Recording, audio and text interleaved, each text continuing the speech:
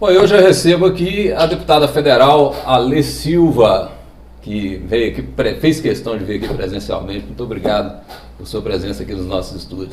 Afinal de contas, somos vizinhos, né, gente? Claro que cabe, né? Vale a pena, o esforço não é tão grande assim. Em Patinga, fica no meu gabinete de base, bem pertinho de Caratinga. Eu tenho um vínculo familiar com a cidade também, tenho muitos parentes aqui por perto.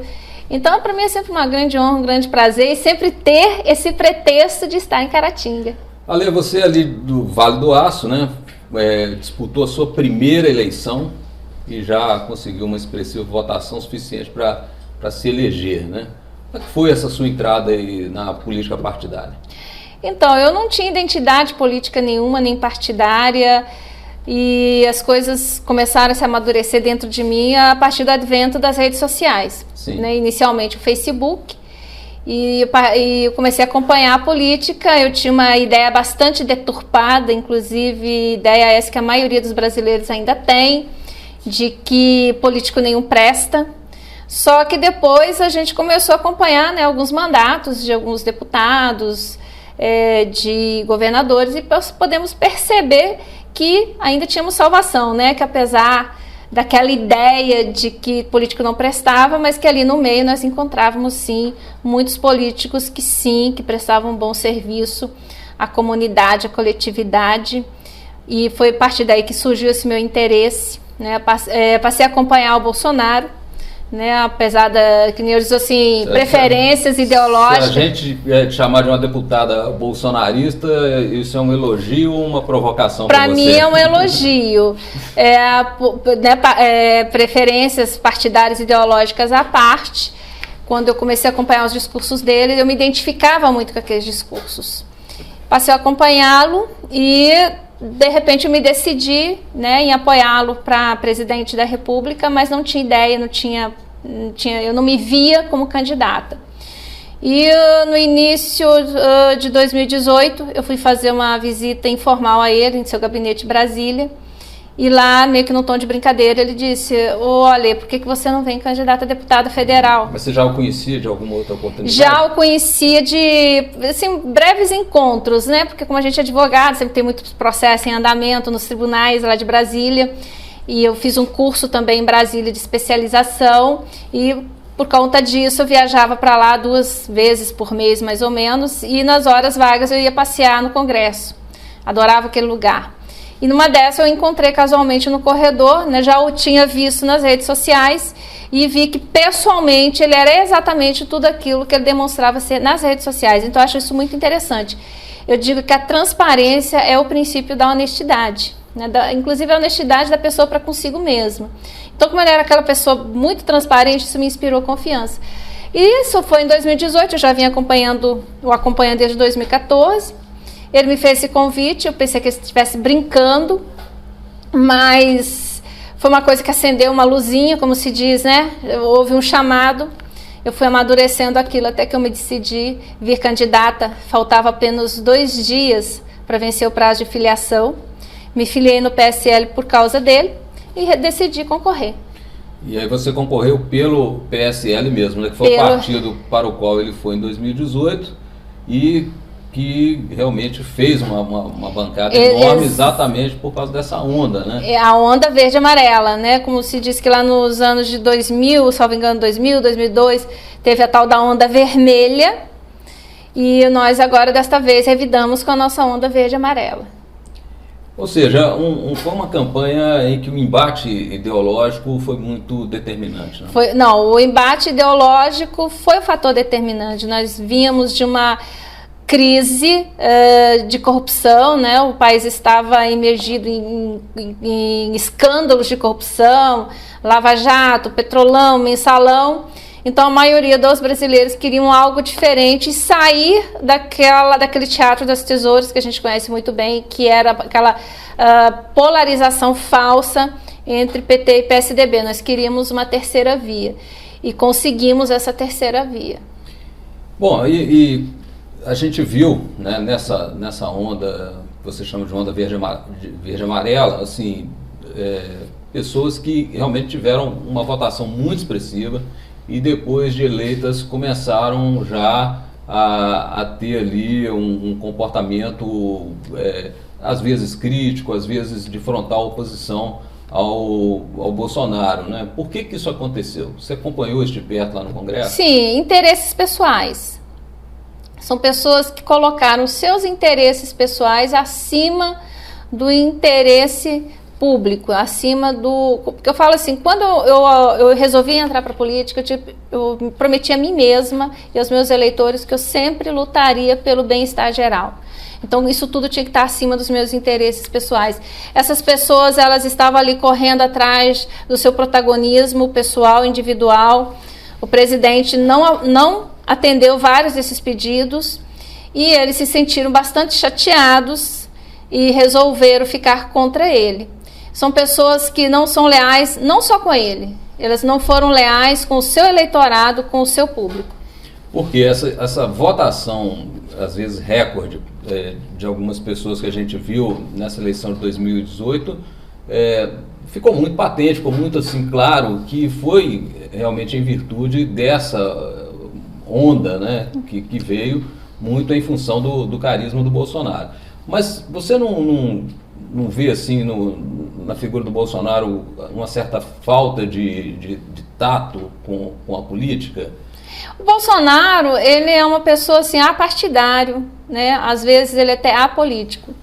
Ele é uma pessoa assim, que tem ali os seus princípios, os seus objetivos. O que eu posso até dizer, Dário, da convivência que eu tenho junto a ele, junto à família dele, junto às pessoas que o cercam, que o que ele quer, de fato, é o melhor para essa nação. É o melhor para as pessoas.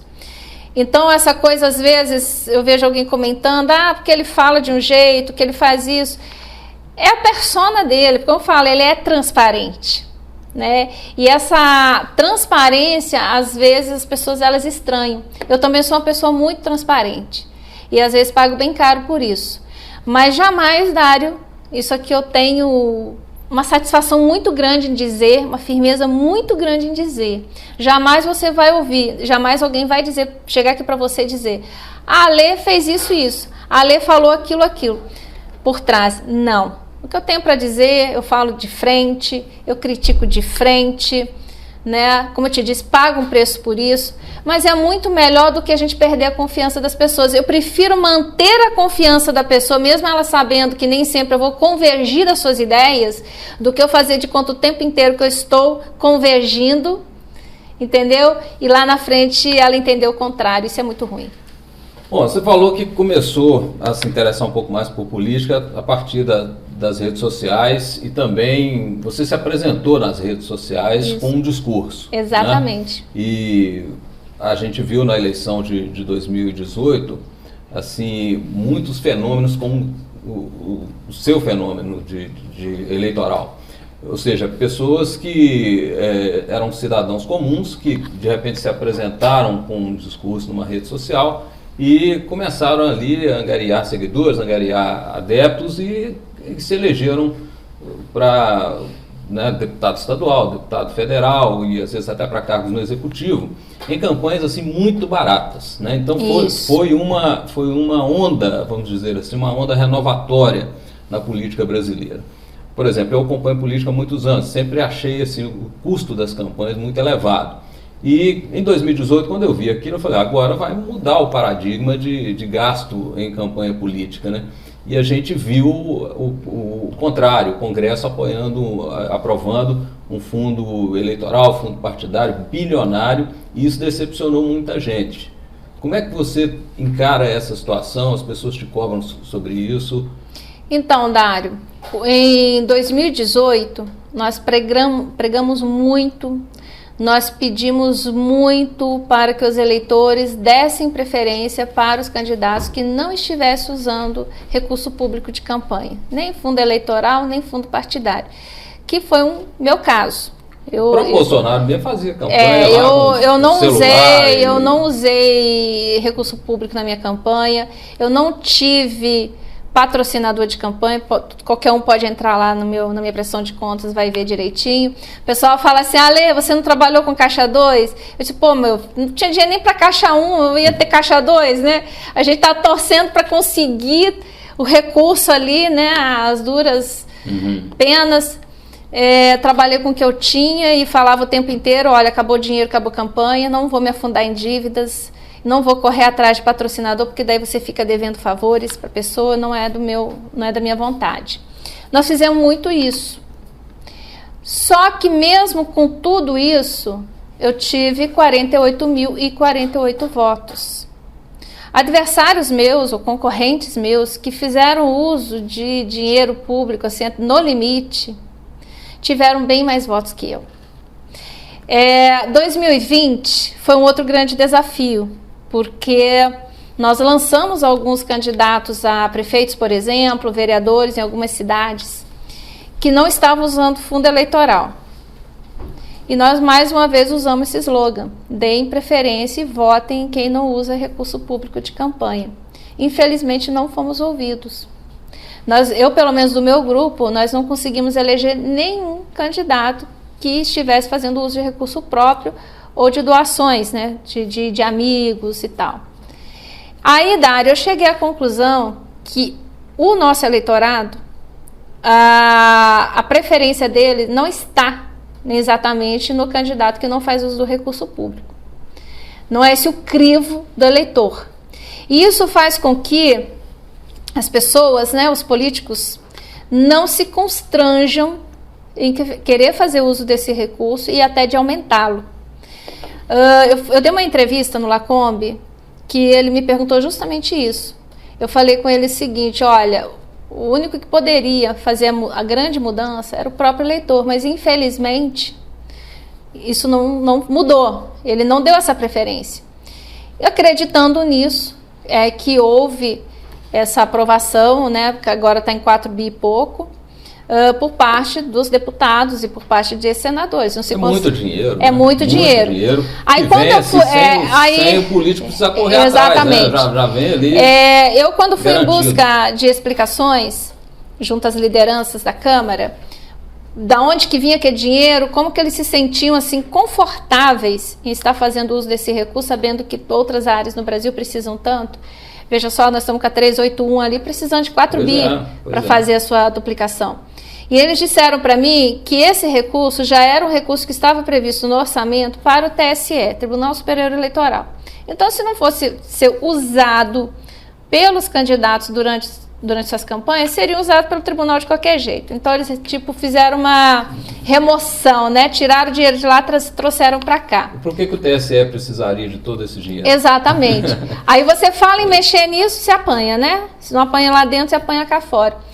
Então, se o eleitor não soube e não faz esse crivo, infelizmente nós ficamos prejudicados. Aí veja a nossa situação. Vou ser bem sincera com você, como eu te falei, eu sou muito transparente. Nós lutamos todo esse tempo para reduzir tudo isso, ou para acabar com tudo isso, não tivemos sucesso. O eleitor provou que não é esse o crivo que ele põe ali na mesa para decidir o voto dele. Aí agora a eleição de 2022.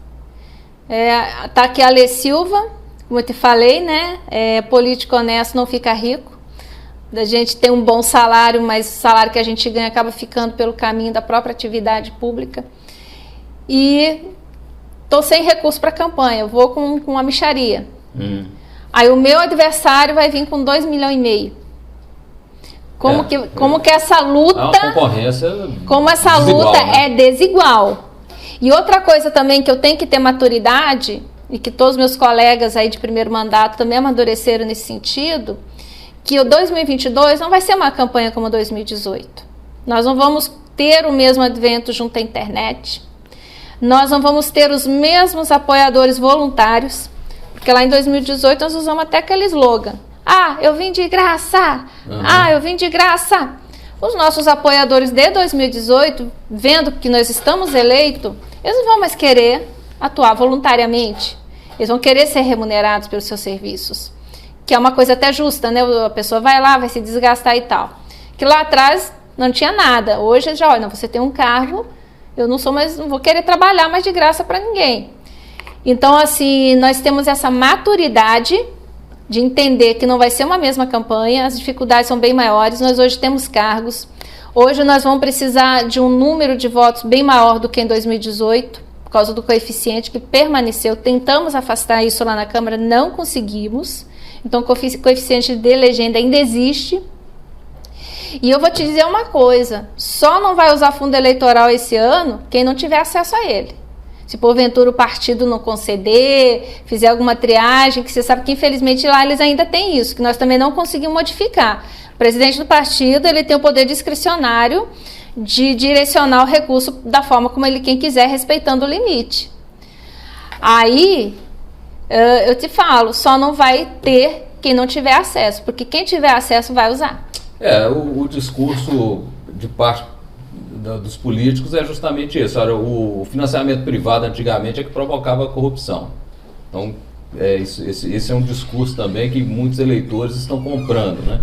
E se o recurso está aí, né? Agora, uma coisa que eu acho elogiável é o portal de transparência do TSE. Em 2018 eu já tive acesso a várias contas, né? Você consegue ver direitinho o recurso entrando, o recurso saindo, tem um local próprio, inclusive, para denúncias.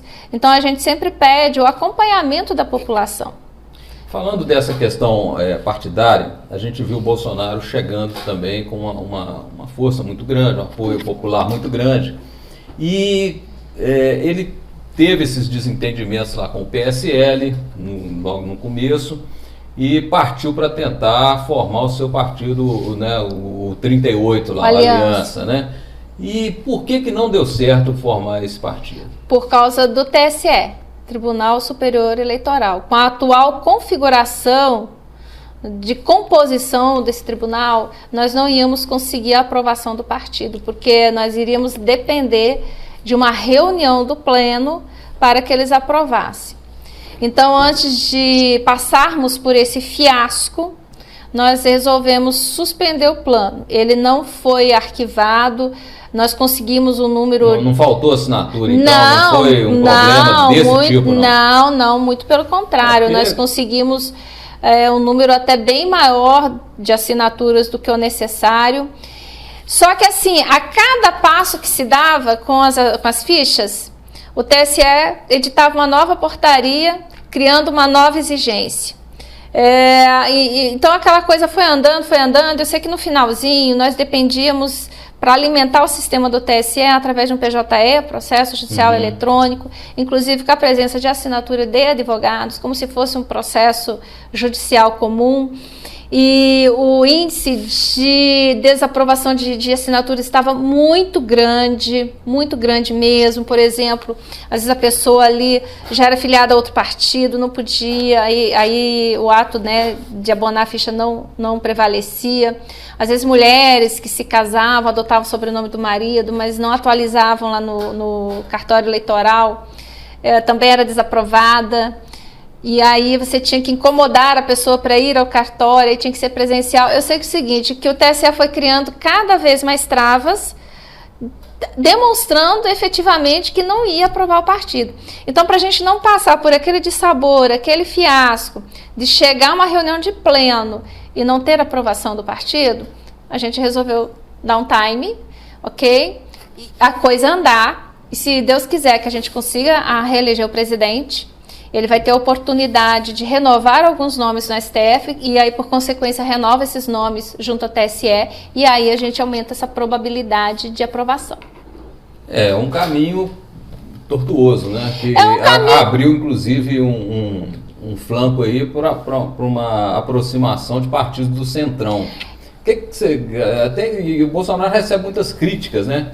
Por ter se aliado ao Centrão, e antes disso ele recebia críticas por não dar espaço ao Centrão. Como é que é essa Olha, aí eu vou falar novamente com você que é o eleitor brasileiro. O Congresso Nacional é uma foto do povo. Uma radiografia. É uma radiografia muito fiel. Muito fiel. Tanto que eu me limito a xingar políticos. Porque eu sei que se eu xingá-los, eu estou xingando os representantes ali, cada um do seu segmento. Então, ali nós temos quem defenda índio, porque nós temos indígenas. Sim, claro. Nós temos quem defende os negros, claro, porque nós temos a nossa população negra. Quem defende o agro, quem defende o meio ambiente, quem defende até ladrão. Porque tem ladrão na sociedade. Então eu tenho eles lá. Então não pense que aqueles caras que estão lá defendendo o ladrão estão lá à toa, porque eles têm seu eleitorado. Tem gente que está lá em cima defendendo a liberação das drogas, claro, porque traficante também está na sociedade. Então é um retrato, é uma radiografia do povo brasileiro. E o Centrão é uma radiografia ainda mais fiel. Por quê? Porque é aquele público que não tem uma opinião bem definida, uma opinião política bem definida. Ora, eles têm um posicionamento X, depois migram para outro tipo de posicionamento, sem qualquer tipo de constrangimento. E nesse Centrão eu tenho a presença de pelo menos 333 deputados. Então são 333 votos. Daí entra uma pauta do governo federal, por exemplo, uma MP, que tem seu prazo de duração pré-determinado e que precisa ser aprovado no Congresso para manter sua validade, ou então reverte-se tudo. E aí você precisa de 257 votos. Onde você vai achar os 257 votos? Você não vai achar na oposição.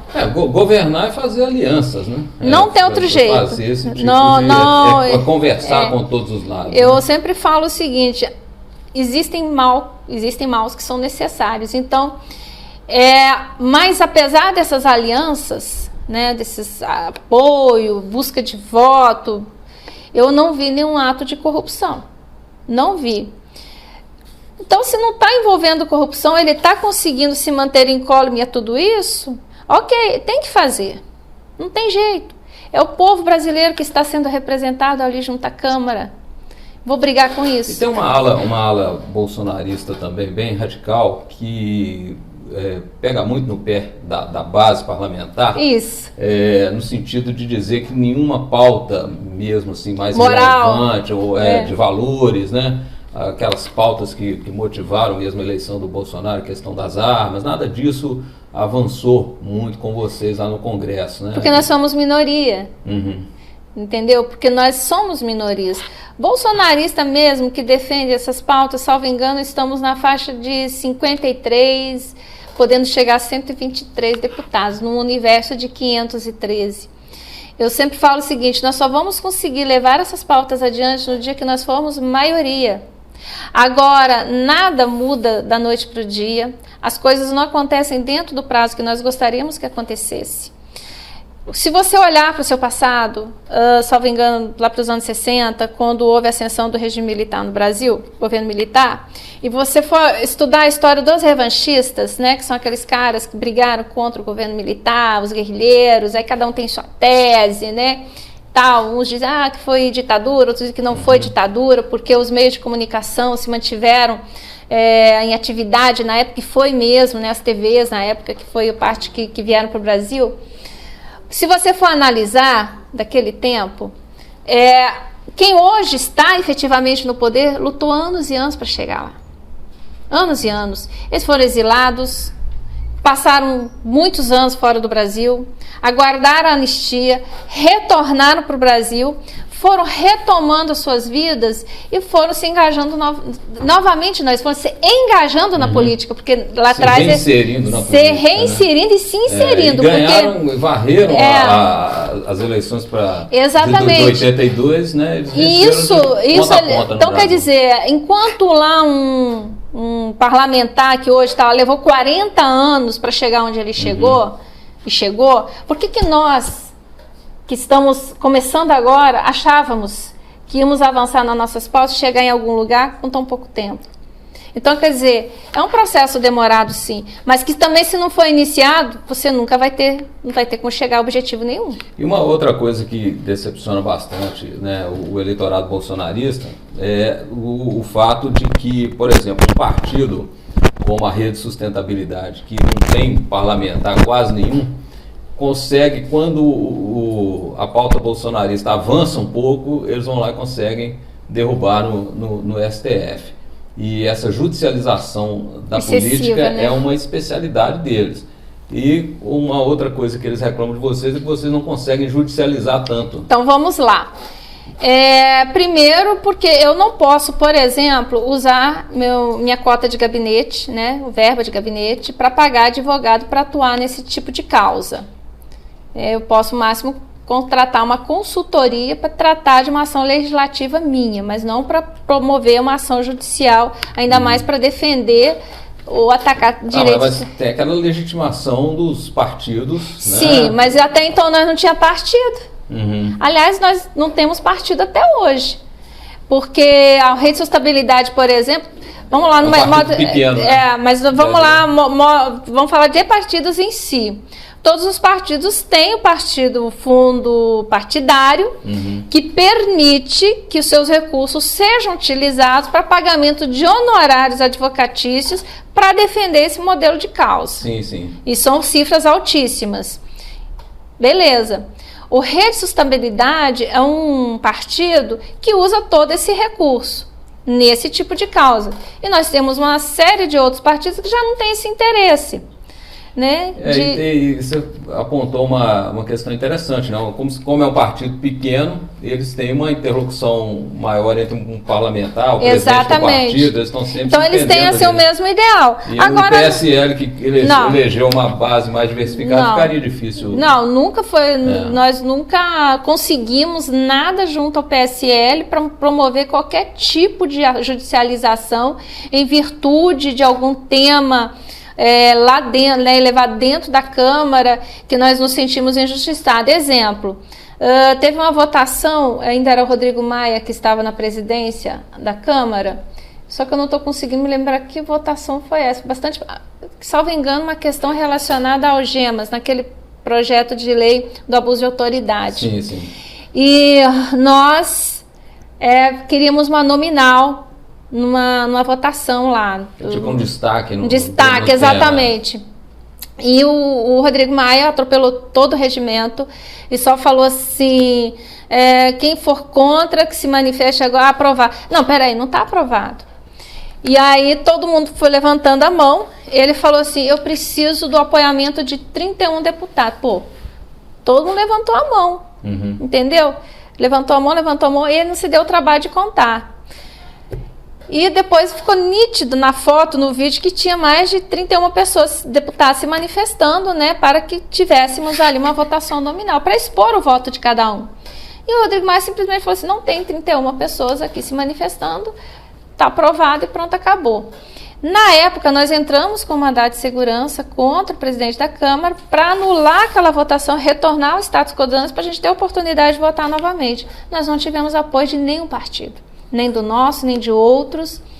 E tentamos, nós mesmos, né, juntar todo mundo para mover um mandado de segurança.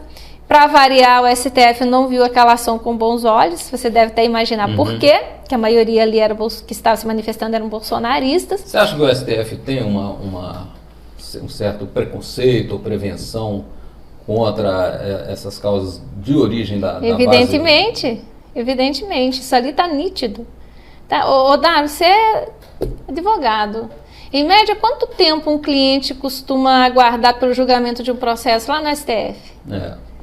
De uma liminar costuma demorar aí, né? Às vezes até mais de 30, 40 dias, né? Uma liminar, né? Mas um processo, assim, digamos, uma causa previdenciária que pode se chegar... Olha, eu tive cliente que nós já ficamos aguardando 10 anos por uma decisão junto ao STF. Causa previdenciária. O meu cliente adoeceu, ficou em estado terminal por causa de um câncer. Eu peticionei para o tribunal pedindo agilidade e tal, mandei todos os exames comprovar que ele estava em estado... Porque a gente queria que ele recebesse... E a causa já toda resolvida. Estava questionando, não era o mérito, era a forma. Questão de interpretação. Uma interpretação, né? uma decisão, uma jurisprudência, né, que não tinha o menor cabimento. Quer dizer, quando tem recurso protelatório. E meu cliente morrendo. Eu peticionei para o tribunal, juntei todos os documentos, exames médicos e tal, porque o que a gente queria, libera o dinheiro para o rapaz, pelo menos uns 60 salários mínimos, que é aquele limite, da né? RPV, né? Uma RPV, para ele pelo menos aproveitar um pouquinho o dinheiro que é dele, porque senão ia ficar tudo parente. Pois olha, eu juntei tal, insisti, ligar, na época, né, a gente não tinha muito acesso, tinha que telefonar mesmo. Fui pessoalmente lá, como eu te disse, né, eu ia para lá com frequência, não resolveu. Resolveu quando? quando meu cliente já tinha morrido. 60 dias depois. E a gente vê que para essas pautas de ações de controle abstrato, de constitucionalidade, as decisões são muito rápidas, né? Quando é do interesse. Então a gente vê uma seletividade muito grande nisso, a gente vê um ativismo muito grande nisso, e dentro de tudo isso eu vejo uma coisa chamada injustiça.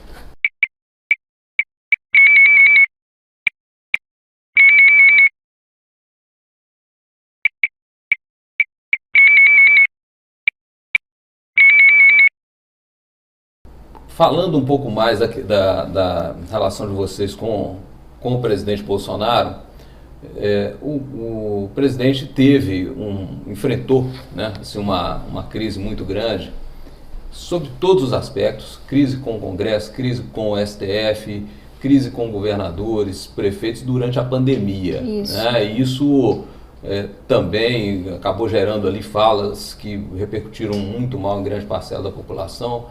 Qual a avaliação que você faz da atuação do Bolsonaro na pandemia? Olha, o Bolsonaro, ele reproduzia muito da vontade dos seus eleitores, né? Você sabe que a gente tem um viés político bastante liberal, então nós ainda defendemos muitos direitos individuais. Tanto que quando eu te contei, né, quando eu fazia faculdade de Direito, fui estudar Sociologia, e quando falava assim que o interesse coletivo tem que se sobrepor ao interesse individual, eu nunca gostei muito disso, porque eu entendo que tem certos direitos individuais que é fundamental, né? E o direito à liberdade é um deles. E havia muita controvérsia, como há ainda até hoje, muita controvérsia envolvendo a crise da Covid. Por várias vezes, eu te falo até em números, não agora, nesse exato momento, mas eu cheguei a fazer uma série de relatórios, que inclusive eu entreguei na época para o Zema, que as coisas não fechavam, os números não fechavam. Eu fiz uma série de pesquisas na época, e dentro do meu relatório, dentro da minha argumentação, da documentação que eu juntei, eu comprovava com A mais E, por exemplo, que o comércio não tinha nenhuma relação com o número de infectabilidade, quer dizer, eu podia manter o meu comércio aberto, que o índice de infectabilidade não aumentava por conta disso, aumentava por outros fatores. Você vai me perguntar quais fatores são esses? Eram os cuidados que alguns municípios estavam tendo com as suas unidades públicas de saúde. Então, aqueles municípios que estavam tendo esse cuidado, como por exemplo, de não deslocar aquele que estivesse sob suspeita de Covid até o local, fazer o atendimento em casa, esses municípios estavam controlando os números. Outros que infelizmente não estavam tendo esse cuidado, os números eram bem maiores. Então o foco da doença estava nessas unidades públicas de saúde, não no comércio. Então a gente entendia, como o Bolsonaro entendeu, que era uma grande injustiça manter o comércio fechado e que isso iria quebrar a nossa economia. Um exemplo que eu acompanhei daqui, você mais de perto, o tratamento, por exemplo, com relação a lockdown em Ipatinga e Fabriciano. Foi diferente. Um grande exemplo, por exemplo, e são cidades coladas, coladinhas, são limítrofes, né, como a gente diz, né? A gente pertence a uma região, né, metropolitana do Vale do Aço, são as 4 cidades centrais, que é Ipatinga, Coronel Fabriciano Timóteo e Santana do Paraíso.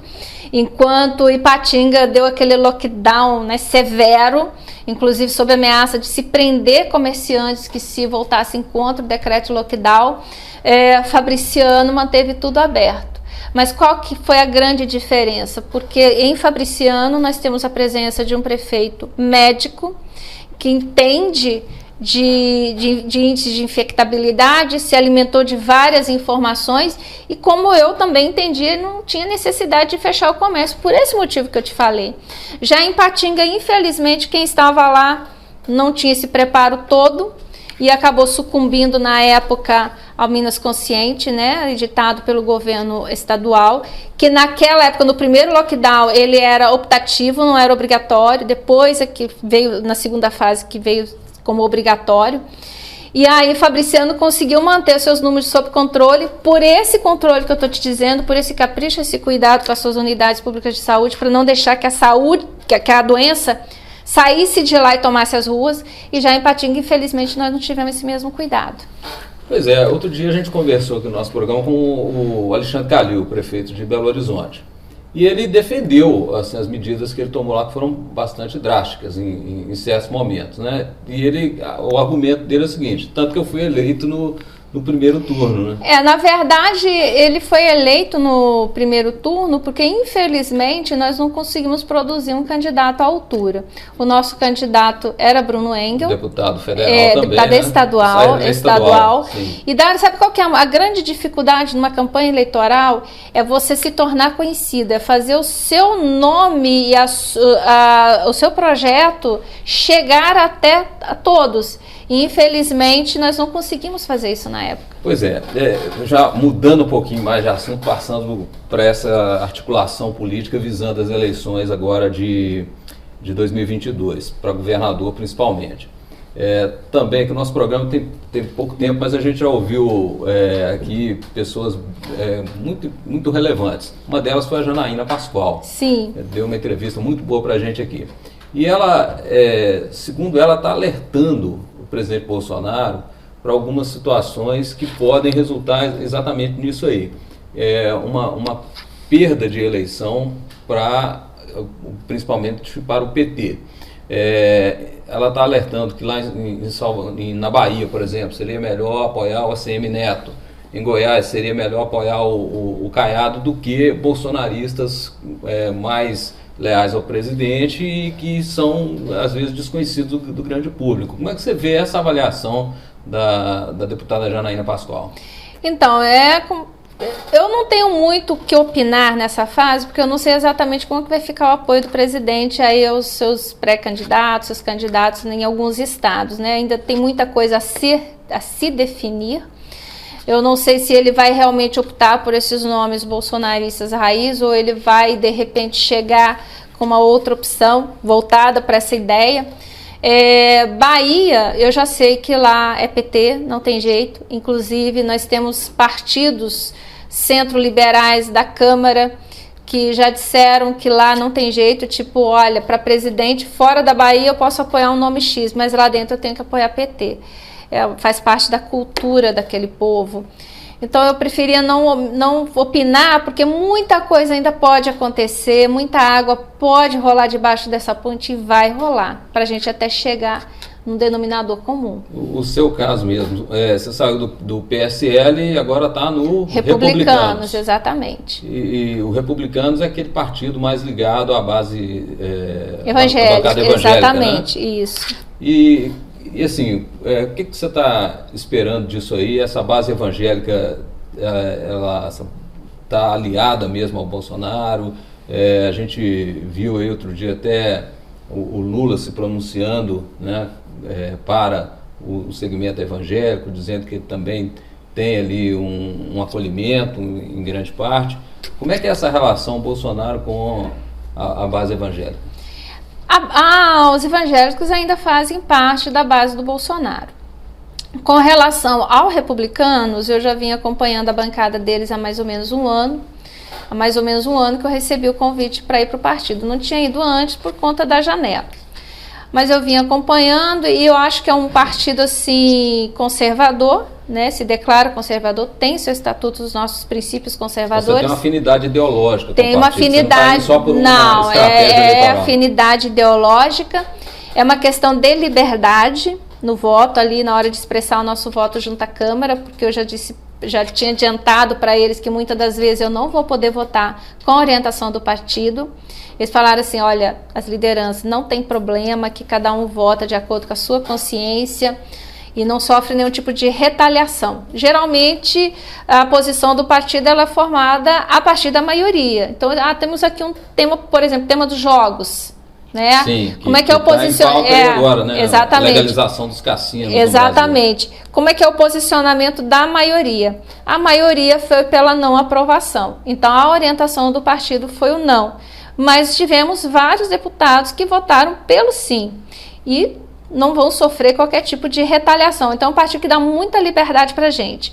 Com relação ao apoio para governo ou para presidente, já foi nos dito o seguinte, que eles devem liberar todo mundo. Tipo assim, olha, você quer apoiar fulano, você vai apoiar, você cansa, vai apoiar, sem sofrer qualquer tipo de retaliação. O partido deve manter esse método de trabalho. E a mesma coisa com relação ao governo. Aí você me pergunta, mas por quê? Não seria interessante definir logo de uma vez um apoio?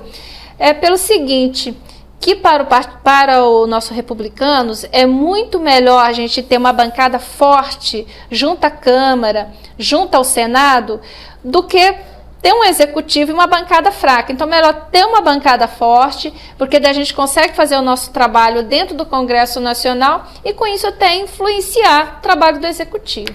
Pelo seu palpite, assim, o que você está observando aí? Você acha que aqui em Minas Gerais vai ficar como? O Bolsonaro deve fechar com o Zema com o Bolsonaro? Essa coisa está meio estremecida. Tá, vamos lá. Eu acredito que Bolsonaro tem muita vontade de fechar com o Zema. Acredito.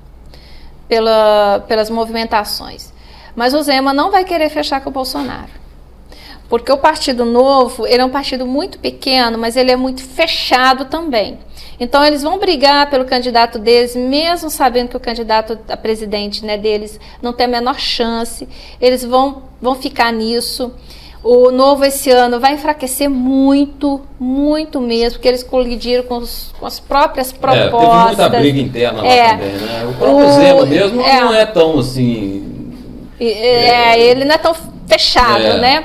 Mas ele também tem se fechado muito em copas, ele tem pecado muito nessa questão da negociação sobre a recomposição salarial com as forças de segurança pública. Isso já está enfraquecendo o governo dele, deve enfraquecer mais ainda.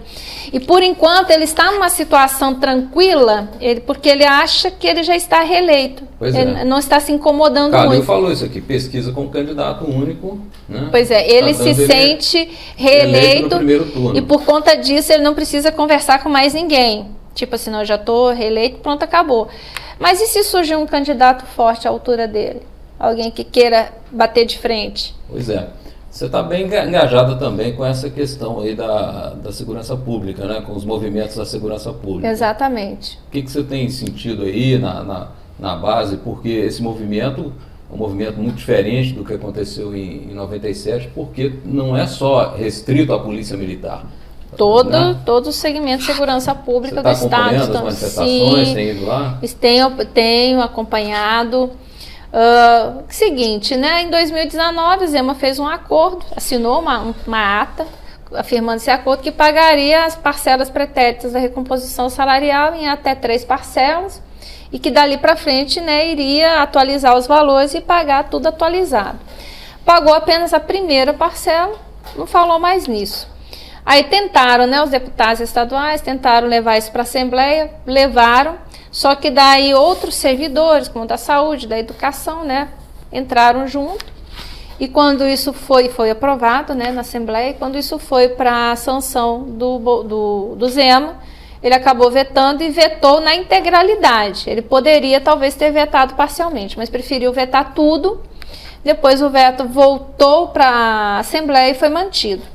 A questão que ele sempre alega é orçamentária. Sim, ele está condicionando isso a um plano de recuperação. Né? Sem sombra de dúvidas, Minas Gerais tem uma crise orçamentária séria, gravíssima. Quando eu estive lá junto ao Tesouro Nacional fazendo uma análise do nosso problema aqui em Minas, nós temos lá no Tesouro Nacional, né, os estados com nota A, B, C e D. Então, quanto mais abaixo a letra, pior é a nota. Minas Gerais não está nem na D.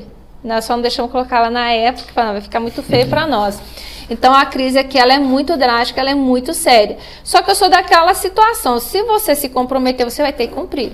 Ajoelhou, tem que rezar.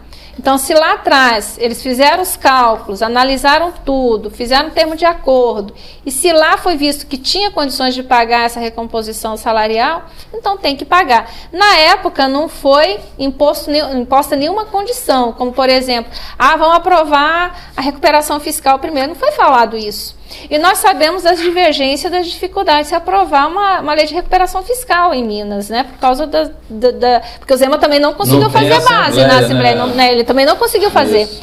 Aí eu submeter aos policiais seja de qual força de segurança que for, submetê-los a esse constrangimento de ter que aguardar uma recuperação fiscal e que dentro desse mesmo pacote nós vamos ter uma série de restrições que vai restringir, inclusive, a recomposição, é muito injusto. E outra queixa é o congelamento das promoções Exato, na carreira, né? Não exatamente. vai ter mais promoção durante, acho que, 10 anos. Fala assim que, infelizmente, né, não só em Minas, mas no Brasil, geralmente as soluções para os problemas, eles querem que as coisas se resolvam da noite para o dia, e não é. Tudo tem que ter seu tempo. Então, várias mudanças que hoje se discute, se lá atrás tivessem sido implantadas de um modo menos impactante do que de repente vou congelar por 9 anos, menos impactante. Hoje isso tudo já estaria solucionado. Mas infelizmente nós nunca encontramos alguém com essa ideia, com essa visão de futuro, com essa visão de que esses problemas eles devem ser resolvidos a longo prazo.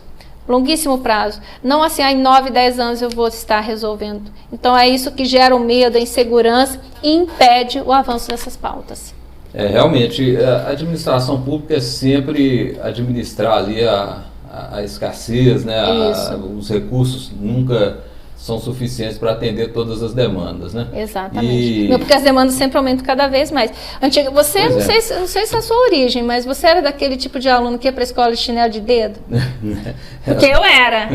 Né? Eu ia estudar, época, né? Eu ia estudar de chinelo de dedo, com a sacolinha de plástico, né, do arroz, com meus caderninhos, lápis, caminhava 2 quilômetros para chegar na escola. Hoje, algum aluno concorda em fazer isso?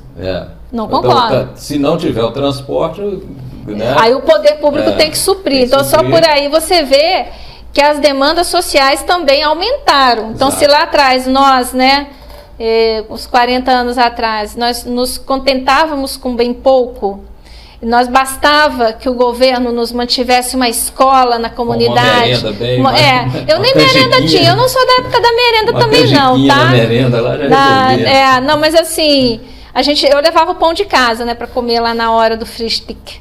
Mas caminhava 2 horas para chegar, às vezes, né? Mais ou menos isso, eu era criança, tinha 7, 8 anos de idade, mas me satisfazia, porque a demanda, a nossa necessidade, a presença do Estado lá era apenas ter uma escola e um professor. Hoje não, hoje tem que ter a escola, você tem que ter o professor, você tem que ter a servente, você tem que ter o transporte, você tem que ter o uniforme, o calçado, entendeu? Então, essas necessidades, a população aumentou, as necessidades aumentaram, mas a arrecadação não aumentou na mesma proporção.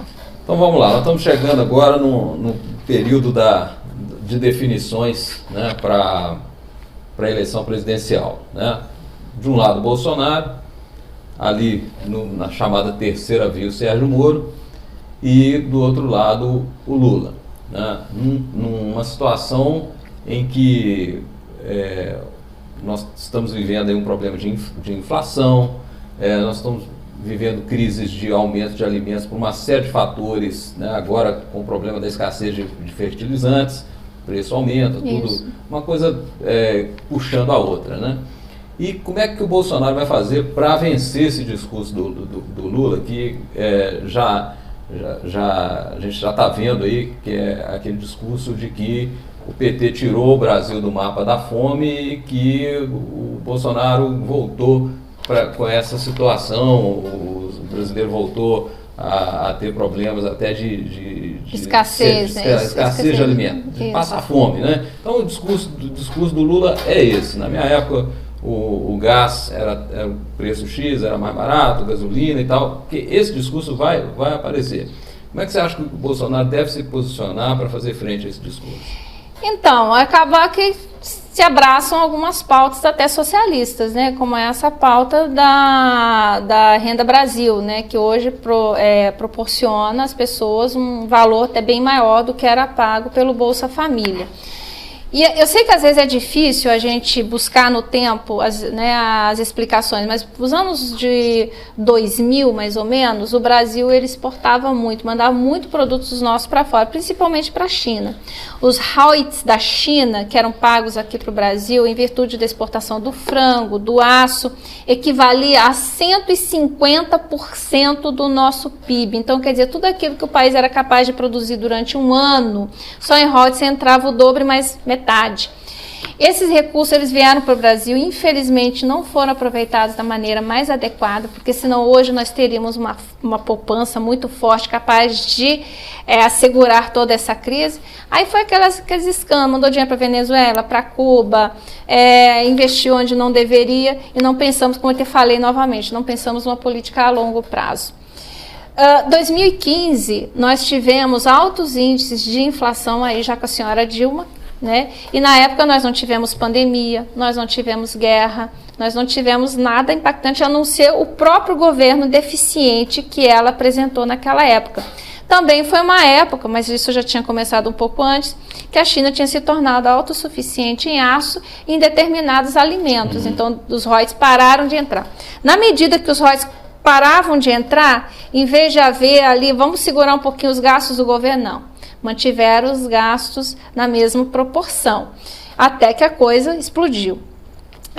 Inflação, nós já sabemos o que gera inflação, né? Quando o Estado gasta mais do que arrecada.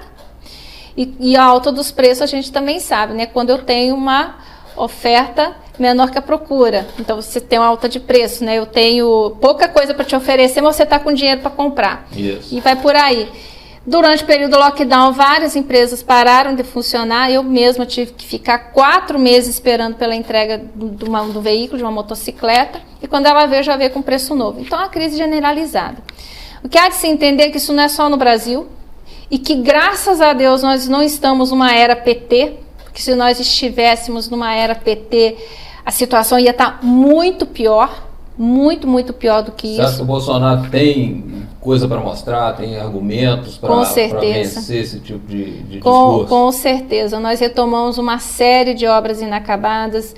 O fenômeno disso que pode ser observado, essas casas populares, né? Só esse ano foram entregues, falou os números, não me lembro. O Gilson, né, Gilson Machado falou muito nisso, nas casas populares, né, que essas obras foram retomadas, estavam todas paralisadas, várias rodovias. Infelizmente, não conseguimos avançar na 381, porque é um projeto altamente complexo. E ainda teve um desabamento ali? Teve desabamento por causa de erro, né, de geotecnia, de um projeto antigo, esse projeto não é recente. E agora vamos gastar muito para consertar tudo isso. Mas assim, ele vai mostrar, já está mostrando, é uma região que a gente tem pouco visto aqui na nossa região, mas que tem sido bastante difundida, o Nordeste, né? Aquela transposição do Rio São Francisco tem um significado muito grande para aquele povo, porque é você levar água, né, para as regiões mais secas do Nordeste, mais pobres também. Então ele deve investir muito nisso, a questão social.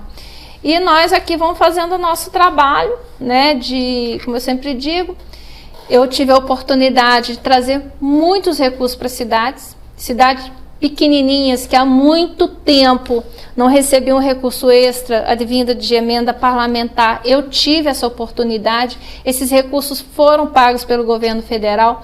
Claro que as pessoas não veem isso, né? Porque eu falo assim, olha, o recurso que a gente destina para cidades entra no caixa do município e quem executa é o prefeito. Então, não é o meu nome que vai aparecer numa determinada obra, porque eu não tive ascensão sobre aquilo. Algumas sim, outras, mas a maioria não. Então, assim, mas a gente conseguiu fazer isso. E eu falo assim, olha, pessoal, se nós tivéssemos um governo tão ruim, para começar, esses recursos nem estariam sendo pagos, mas estão sendo pagos. Não tivemos nenhuma política de empréstimo compulsório. Você lembra dos empréstimos compulsórios? Sim. Eu tenho certeza, se a gente tivesse com o PT, nós ia estar sofrendo empréstimo compulsório, limitação do seu dinheiro na poupança, entendeu? Como era antigamente. E nós não sofremos nenhum tipo de intervenção todo esse tempo. Nós tivemos um governo que lutou, que brigou pelas liberdades individuais, principalmente pela liberdade da pessoa poder trabalhar. Olha só, eu nunca imaginei que no Brasil algum dia nós íamos chegar nesse limite de você ter que brigar para trabalhar, você chorar para trabalhar, né? Para você poder vender, para você comercializar, entendeu? Para você não ter que depender do governo. Foi essa um pouco a briga do Bolsonaro com o Moro, né? Exatamente. Então, você veja só, nós tivemos um governo que brigou, que lutou pela sua liberdade individual, que sempre foi retirada das pessoas. Ela achou que o Moro estava pegando pesado lá E pelo que eu tenho vislumbrado, né, a saída de toda a nossa crise está no Ministério da Infraestrutura.